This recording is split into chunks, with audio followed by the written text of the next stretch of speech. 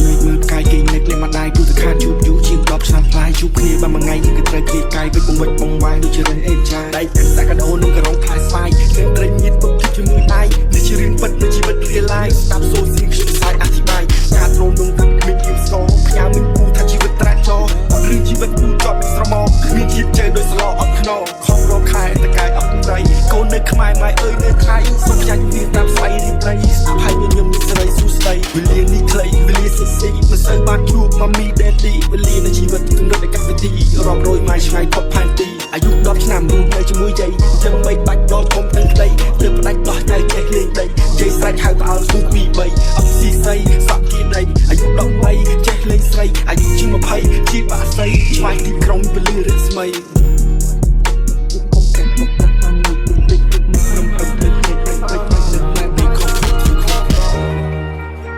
ម៉ែខលមក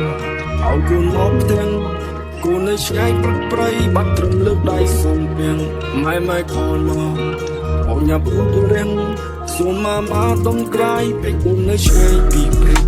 រៀបរាប់នឹងខ្ញុំជាសៅដាដៃអូហូភ្លេចដល់ចេតនាអ្នកខ្លះស្ដាប់គឺធ្វើធម្មតានេះមានរឿងដូចខ្ញុំគេថាអស្ចារ្យពីកាយមួយទឹកជាគីឡូម៉ែត្រប៉ាឲ្យប្រូមកពិភពផ្លាយផ្លាយអោបាត់បងភ្លេចពេញដាច់បែកឃើញទុំលេងបងខ្ញុំឆែកឃើញយន្តហោះស្មាតវងស្កាយឃើញងងៀតនឹកដល់កូនឯងហុកបាក់យន្តដល់ពេកបែកឃើញទុំពីនឹកដល់កូនកែអ្នកក្រខ្ញុំជាអ្នកក្រខ្ញុំជាអ្នកហត់អ្នកតាមអ្នកស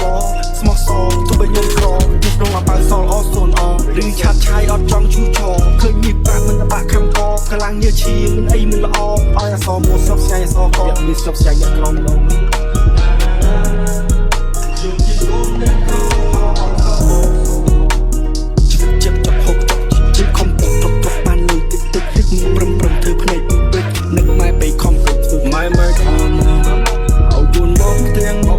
គូនៅឆ្ងាយព្រឹកព្រៃបាត់ត្រឹមលើដៃសុំសុំយ៉ាងម៉ែខលមកអូយ៉ាប់រូបរៀងសុំមកដុំក្រៃពេលគូនៅឆ្ងាយពីព្រះម៉ែខលមកឲ្យគូនមកផ្ទាំងគូនៅឆ្ងាយព្រឹកព្រៃបាត់ត្រឹមលើដៃសុំយ៉ាងម៉ែខលមក